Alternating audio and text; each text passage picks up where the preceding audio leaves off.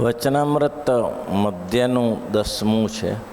10મું જેઠ વદ આજે 7મ છે, મંગળવાર છે, તારીખ 7/7/2026 વર્ષ છે. ભાઈ આ તો હવે સાકાર નિરાકારની વાતો છે બધી. શ્રીજી મહારાજ બોલ્યા છે, શ્રીમદ ભાગવતમાં સાકાર બ્રહ્મનું પ્રતિપાદન કર્યું છે. આખું શ્રીમદ ભાગવત છે એ સાકાર સ્વરૂપની જ ઉપાસના છે. રામાયણ છે એ સાકાર ઉપાસના જ છે. રામાયણમાં ને શ્રીમદ ભાગવતમાં ભગવાનનું સ્વરૂપ સદા સાકાર જ છે. એટલા માટે તો લાલાને રમાડે છે, જમાડે છે, બેસાડે છે, સુવાડે છે, બધી ક્રિયા કરાવે છે. ભગવાન સાકાર જ છે ને. લાલા કૃષ્ણ છે એ ભગવાન રામચંદ્રજીને બધી લાલન પાલનની ક્રિયા કરાવે, એની સાથે રમે છે, એની વિવાહ પદ્ધતિ. એટલે ભગવાન સદા સાકાર જ છે. પણ શ્રીમદ ભાગવતમાં સાકારનું પ્રતિપાદન છે. પણ જે વાંચનારા હોય તેને જો પરમેશ્વરની ભક્તિ ન હોય તો તે ભગવત સ્વરૂપ શ્રીમદ ભાગવતથી પણ નિરાકાર સમજાય છે.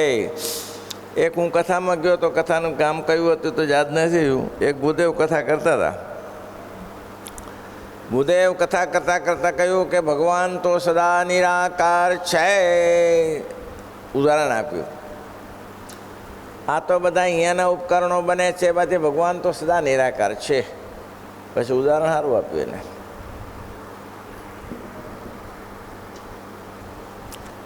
જેમ આ જગતમાં માટી છે, એ માટીમાંથી ઘડોય બને, કુંડલી બને, લોટો બને, લોટી બને, એવું બધું ઘણું બધે આકાર થઈ ગયા. બધા થઈ ગયા ને. એ બધા માટીના જ આકાર છે. કોના છે તો બધા આકાર થઈ ગયા. અને ફોડી નાખો તો માટી થઈ જાય. બસ કે માટી છે નિરાકાર છે ને પેલો આકાર છે. સમજાય છે બરાબર? જેમ અહીંયા માટીમાંથી જેમ આકારો બનાવ્યા, બધા ગળો બનાવ, કુડીઓ બનાવ, લોટીઓ બનાવ, તાવડી બનાવી, તવી બનાવી, આ બધા આકારો બનાવ્યા, તેમ ભગવાન પણ આ જગતની સૃષ્ટિને એ રીતે બનાવે છે. જેમ કોળીઓ લોટોને બને એમ ભગવાન બનાવે છે. હકીકતે તો નિરાકાર છે. આવું કહે છે. આવી રીતે યુક્તિ શીખવી. જે લોકોને પ્રતિપક્ષી છે ને એને આવી યુક્તિ કરી કે કોળિયાનો અને આનો તો કે આકારો તો એને મૂર્ખાને ખબર નથી. માટી જ સાકાર છે અને માટી છે નિરાકાર છે. માટી નિરાકાર છે તો માટી સાકાર છે, પછી ક્યાં બીજો પ્રશ્ન જતો ત્યારે? આવું છે ભાઈ. વાહ, શું વાત છે. માટી નિરાકાર છે એ ભૂલી જાય છે, આકાર છે એ ભૂલી જાય છે, માટીને નિરાકાર કહી દે છે. તેમ એમ કહે છે એ શું ઉદાહરણ? માટી જેમ નિરાકાર છે અને ઘટપટ ઇત્યાદિ પદાર્થો થયા બધા સાકાર થયા, તેમ ભગવાન ઓરિજિનલ નિરાકાર છે. બધા ઘટપટ મનુષ્ય પશુ બનાવ્યા એ બધા સાકાર થયા. પણ મહારાજે અહીંયા એમ કહ્યું, સ ઈક્ષત, એને જ્યારે સૃષ્ટિ કરવી હતી ત્યારે ભગવાને સૃષ્ટિને સામે જોયું. ભગવાને સૃષ્ટિને સામે જોયું જ્યારે સૃષ્ટિ કરવી તો ભગવાનની આંખ જ હતી. ભગવાન હાથ પગ કાન નહીં હોય. કોઈ માણસની એક જ આંખ જ હોય. એને હાથ પગ કાન કાન હોય, આંખને આધારે જીવે તો કે ના.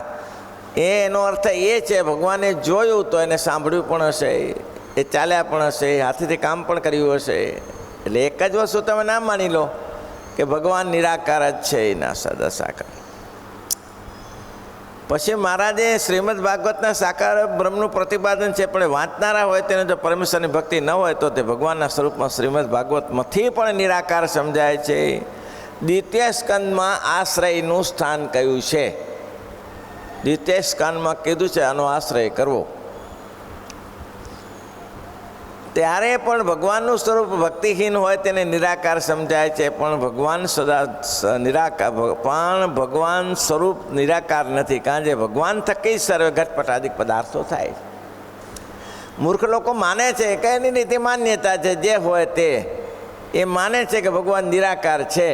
પણ આ ભગવાન તમારા જમે છે. ઉદ્ધવજી એ કહ્યું હતું ને, ઉદ્ધવજીએ વલુ વલુ છીએ અમે વનિતા, ઉધો કૃષ્ણને કાજ જ્યારે કહો તે જીવાડજો, અમે છીએ અબળાની જાત ઉદ્ધવજી હવે ઉચરો. ઉદ્ધવજીએ કહ્યું, ભગવાન અત્યારે મથુરા બિરાજે છે, તમને આટલા વર્ષ સુધી એને સેવાનો લાભ મળ્યો, તમારું ભગવાન પૂર્ણ ભગવાન માનો, પૂર્ણ ભાગ્ય માનો. હવે ભગવાનને એટલું સરળ નથી કે તમને મળી શકે, તમારી સાથે રમ્યા જમ્યા ફર્યા બધું કર્યું, પણ હવે શક્ય નથી, હવે ભગવાન નહીં કરી શકે. આવું મનસ્ય છે. એટલે માટે હવે તમે ઘટઘટમાં રહેલા જે કૃષ્ણ છે ને એનું ધ્યાન કરો. ગોપીઓ કે ઉદ્ધવ ગમાર છે, બીજી ગોપી કે આ તો ગમાર છે, એને ખબર જ નથી. આલે આ ઉદ્ધવ એનું હું દર્શન કરાય? દર્શન તો અહીંનું કરાય. જો આ જો સામે દેખાય છે, આ ઝાડમાં મારી સાડી ભરાઈ જતી અને એને ભગવાને કાઢી હતી. આ ઝાડ દેખાય છે, બીજી કાં ઓટલો દેખાય છે, અહીં ભગવાન બેઠા હતા અને અમે ચારે બાજુ બેઠા હતા. એ અમારા ભગવાન છે દરેક જગ્યાએ. તો ઉદ્ધવ કે અત્યારે બી છે, અમને દેખાતા નથી, બાકીની ઈચ્છાઓ તો દેખાય. ને ભગવાનને દર્શન આપીને એને ગોપીએ, કારણ કે દ્રઢ નિષ્ઠા ગોપીઓની એવી હતી, ભગવાન મહી વેચવા જાય ત્યારે લો દૂધ, લો દહીં, લો ગોરસ બધું કરીને, લો માખણ, લો ઘી, લો કાન. ત્યારે ગોપીઓ કે કાન શું છે? કાન દહીં દૂધ ને ઘી માખણ તો બરાબર, કાન શું છે? તો એ છે ત્યારે મટુકીમાં મસ્તક ઊંચું કર્યું, વાલે મટુકીમાં મસ્તક ઊંચું. ભગવાને મટુકીમાંથી મસ્તક ઊંચું કરીને આ અમારા કાન. ભગવાન સદા સાકાર છે, નિરાકાર નથી. આટલું જ બતાવું છે. પણ મહારાજ કહે છે જે નિરાકારનો જ પક્ષ છે એ નિરાકાર જ સમજે છે, ને સાકાર સમજાતું જ નથી.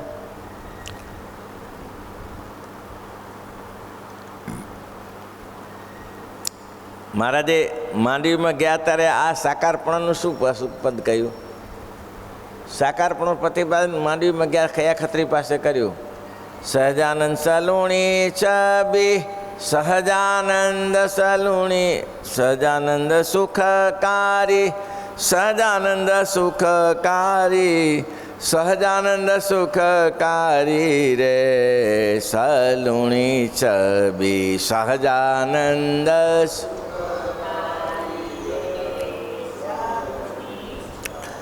નિગમ કહે અનુમાને, મુનિવરને નાવે ધ્યાને.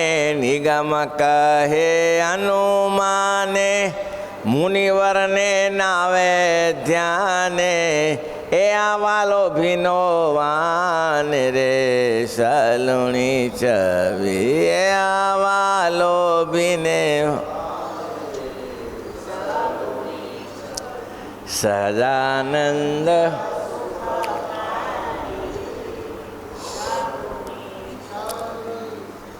સહજાનંદ સુખકારી, નિગમ કઈ અનુમાને, મુનિવરને નાવે ધ્યાને. તે આ વાલો ભીને વાને. આ આપણા સામે બેઠા છે એ જ છે. વેદાંતિ અરૂપી કહે છે નિરાકાર. વેદાંતિ અરૂપી કહે છે, ન્યાય અનુમાને લે છે. વેદાંતિ અરૂપી કહે છે, ન્યાય અનુમાને લે છે. તે આવાલો સંતોમાં રહે છે રે, તે આવાલો સંતોમાં રહે છે રે સલુણી. સહજાનંદ સુખકારી રે આવા ભગવાન સાકાર છે. આપણે નિરાકાર ઉપાસના છે હો, નથી, ખોટી નથી. આત્માનંદ સ્વામી નિરાકારવાદી જ હતા, રામાનંદ સ્વામી સાકારવાદ હતા. ગુરુચેલાન માસમન જમીનનો ફેર હતો. આત્માનંદ સ્વામી નિરાકાર સિવાય કોઈ નહીં, નિરાકાર જ. સમયથી નિરાકાર જ દેખાય આત્માનંદ સ્વામી, ગમે તે કરે. પણ રામાનુજ હતા એ સાકારની ઉપાસના હતા. એટલે શ્રીજી મહારાજે કીધું નિરાકાર નહીં, અધિકતમો ખેદ. નિરાકારમાં ખેદ વધારે છે, દુઃખ વધારે છે. અને સાકાર ભગવાન મોજ કરાવે. જો એક ઝીણી વાત કહું, કોઈ વિદ્યાર્થી હોય અને એ વિદ્યાર્થી ભણતો હોય, કોલેજ કરતો હોય, કોલેજ કરતાં કરતાં એને મમ્મી પપ્પાની અપેક્ષાઓ વધારે હોય. દરેકને આ ઘરમાં હોય જ છે. છોકરો 70 લાવે, ના ના યાર થોડી મહેનત કરે ને 80 લાવે તો સારું, 80 લાવે તો 90 લાવ, 90 લાવે 100 લાવ, અને 100 લાવે પછી 110 લાવે.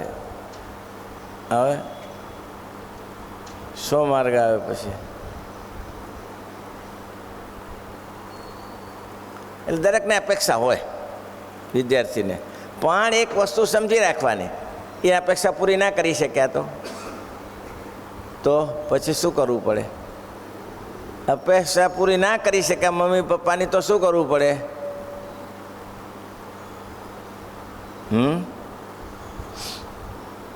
બ્રાહ્મણ રાખવો પડે, નર્મદા ઉપર વિધિ કરવાની કેનાલ ઉપર, ત્યાં પછી જંપ લઈ દેવાનું.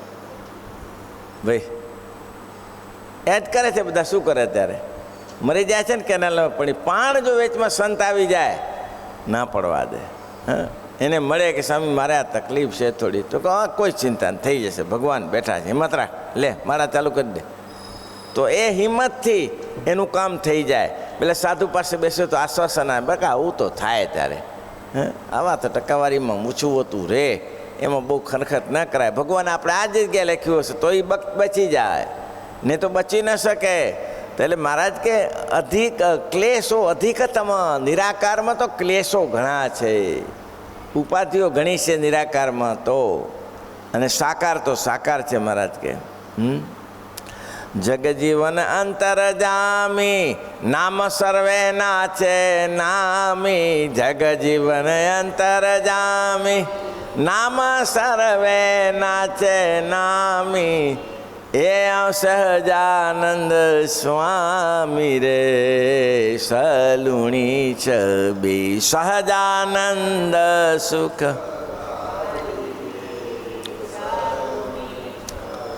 સહજાનંદ સુખકારી રે. વેદાંતીય રૂપ કહે છે, ન્યાય અનુમાન તે આવાલો અહીંયા રહે છે.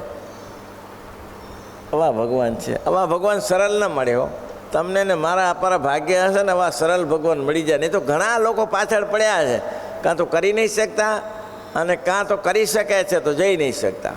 આવી તકલીફો રહે જ છે ભાઈ. ઘણા દેશ વિદેશમાં ફરો, ઘણા મુમુક્ષુ છે, દેશ વિદેશમાં ફરો ને કોઈ સાધુ આવે ત્યારે ભલભલા નમસ્કાર કરશે, સ્વામી જય સ્વામિનારાયણ. કેમ? તો કંઈ પરિપાટી જ છે. સ્વામિનારાયણના સંતો આવે એટલે ભગવાનનું ભજન જ કરાવે, બીજું શું કરાવે? કારખાનું કરવું ઊભું કરી દે. એમ કહી દે કે એક કારખાનું, અડધો ભાગ તારો ને અડધો મારો, દરરોજ ચક્રો મારીશું. દરરોજ ચક્રો મારવા જ પડે ને, ઓલો નથી લઈ જતો, ઓલો લઈ જતો. ચક્રો મારવાનું કામ નથી ભાઈ. એટલે જે એક સંતનું માધ્યમ થઈ જાય તો કામ થઈ જાય, એમ એક ભગવાનનું માધ્યમ થઈ જાય તો કામ થઈ જાય. એવું છે. મૂડી પાસે એક ગામ છે, એ માજી બહુ કંટાળેલા, છોકરાઓ ધ્યાનસર આવે નહીં, ડોહો મરી ગયેલા.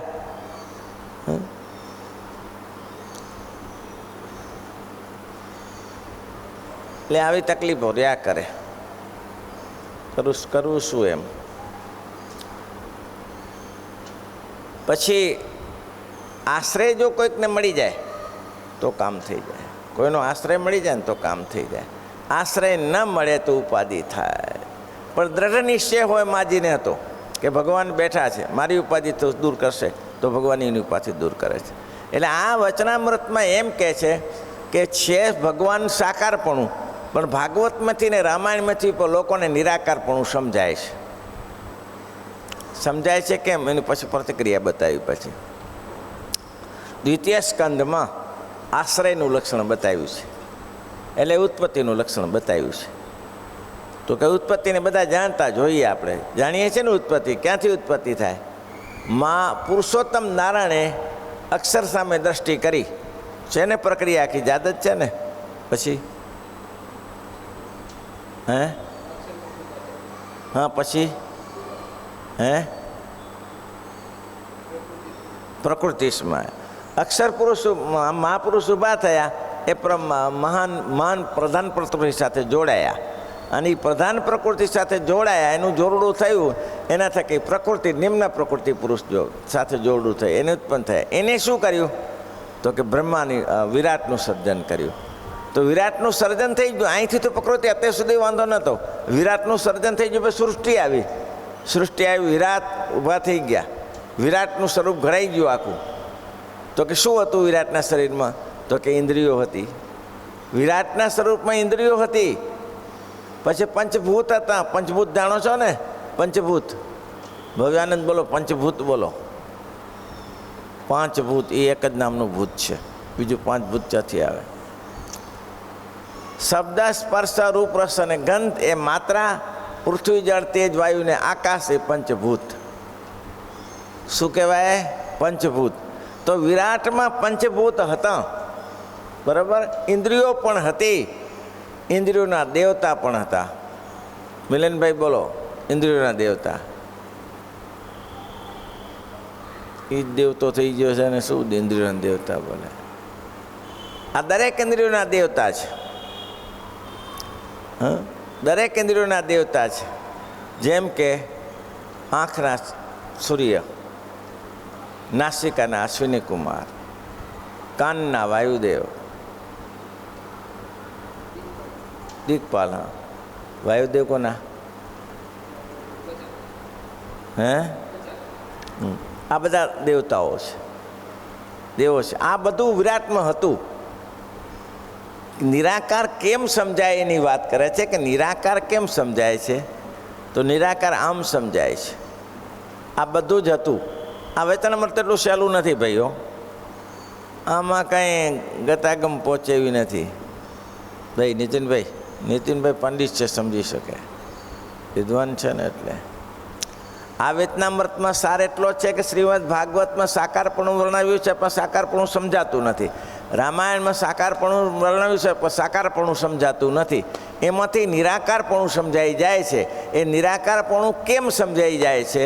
તો ઉત્પત્તિ બતાવી, મહાપુરુષ ઊભા થયા, પ્રધાન માયા સાથે જોડાયા, એને થકી પ્રધાન પ્રકૃતિમાં નિમ્ન પ્રધાન જોડાયા, એટલે પ્રકૃતિ પુરુષ જોડાયા, એને થકી વિરાટ ઉત્પન્ન કર્યું.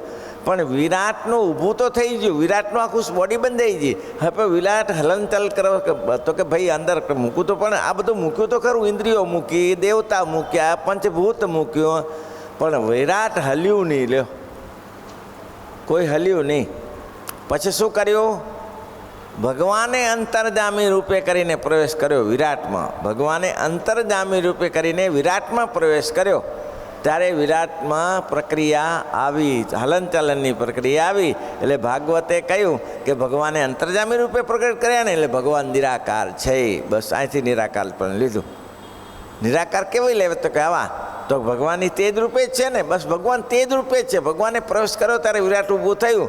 તો એ ભગવાન કયા? તેજ છે. એ જ અંતર્જામી શક્તિ એટલે શું? તેજ રૂપ. અને એ તેજ જ છે, એ જ મુખ્ય છે. એટલે ભગવાન તેજ રૂપે જ છે. આવું ગોઠવી કાઢ્યું. બોલો, પોતાની રીતે કલ્પી લીધું. પણ એવું ન સમજી શક્યા કે ભગવાનના સ્વરૂપ બે સૂર્ય છે, આકાશમાં દેખાય છે. સૂર્ય નહીં દેખાતો ને? બોલો, અને સૂર્ય નહીં દેખાતો, ચશ્મો લાવવો પડે, ઘોડાના ડાબલાવાળા. આકાશમાં સૂર્ય છે, તો સૂર્ય સાકાર છે કે નિરાકાર છે? સાકાર છે. એનું તેજ સાકાર છે કે નિરાકાર છે? હે? નિરાકાર છે. તેમ ભગવાન પોતે સદા સાકાર છે, પણ ભગવાનનું તેજ છે, અંતર્જામી શક્તિ છે, એ નિરાકાર છે. આ સમજાવે છે. કારણ કે ભગવાન થકી સર્વે સ્થાવર જંગમ સૃષ્ટિ થાય છે. જો ભગવાન નિરાકાર હોય તો સાકાર સૃષ્ટિ કેમ થાય? બાપને મા ન હોય તો સંતાનો ક્યાંથી આવે? મા બાપ વગર સંતાનો શું ઝાડમાંથી થાય? પૃથ્વીમાંથી આમ જે વૃક્ષ નીકળે તેમ નીકળે? તો કંઈ શક્ય નથી. આ જો એ મા બાપ સાકાર છે તો ને સંતાનો સાકાર થયા. મા બાપ નિરાકાર હોય તો કંઈ દેખાય જ નહીં. એટલે ભગવાન એમ કહે છે કે ભગવાન થકી જ સર્વ સ્થાવર જંગમ સૃષ્ટિ થાય છે. અને જો ભગવાન નિરાકાર હોય તો તે કંઈ સાકાર સૃષ્ટિ કેમ થાય? જેમ આકાશ નિરાકાર છે. ભાઈ, આકાશ નિરાકાર છે કે સાકાર છે? હે? સાકાર છે, નિરાકાર છે. કેમ કહી શકો કે નિરાકાર છે? નિરાકાર છે એમ કેમ કહી શકો? હે? ભાઈ નીતિનભાઈ, નિરાકાર કેમ કહેવાય આકાશને? શ્રુતમૂર્તિ પાપાને 100 વર્ષ સુધી આકાશને આમ ચાટીએ તો ખારો ખાટો સ્વાદ આવે? ખારો ખાટો સ્વાદ આવે? આ ઝાડને આમ કોઈ ચાટે તો એ ઝાડમાંથી કાંઈ કંઈ સ્વાદ આવે, અંદર કંઈ રસ આવે, પહેલાંમાં શું આવે? કંઈ ના આવે. તેમ આકાશ નિરાકાર છે તો ઘટપટાદી કંઈ બનતા નથી. 5 ભૂત પૈકી 5 ભૂત છે: પૃથ્વી, જળ, તેજ, વાયુ ને આકાશ. હવે પૃથ્વીમાંથી રમકડા બને ને? પૃથ્વી, જળ, જળમાંથી કંઈક બને. પૃથ્વી, જળ, તેજમાંથી કંઈ દેખાય. પૃથ્વી, જળ, તેજ, વાયુ, વાયુમાંથી કંઈક થાય. આકાશમાંથી કંઈ ના થાય, કોઈ રમકડું ન થાય. પૃથ્વીમાંથી જ થાય મોસ્ટ ઓફ તો બધા રમકડા. અને સૃષ્ટિ આખી પૃથ્વીમાંથી થાય છે. એ આકાશમાંથી થાય છે તો કે ના થાય. કેમ નથી થતું? તો કે આકાર નિરાકાર છે. તેમ ભગવાનના જે અહીંયા કારણે પૃથ્વી સૃષ્ટિ રચાણી છે એ ભગવાન સાકાર છે, એટલા માટે આ પૃથ્વી સાકાર, આ સકર સાકાર થાય છે. અને ભાગવતમાં અધ્યાત્મ, અધિભૂત અને અધિદેવ ત્રણેયનો આધાર છે. તે ભગવાનનું સ્વરૂપ છે. ભાઈ અધ્યાત્મ, અધિભૂત ને અધિદેવ એટલે શું? ભાઈ અધ્યાત્મ હે અધ્યાત્મ એટલે ઇન્દ્રિયો?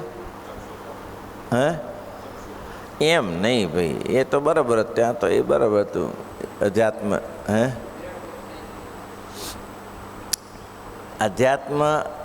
અધ્યાત્મ, અધિભૂત અને અધિદેવ ઇન્દ્રિયો હતા એમ કીધું. અહીંયા આપણે વ્યવહારિક ભાષામાં અધ્યાત્મ શું?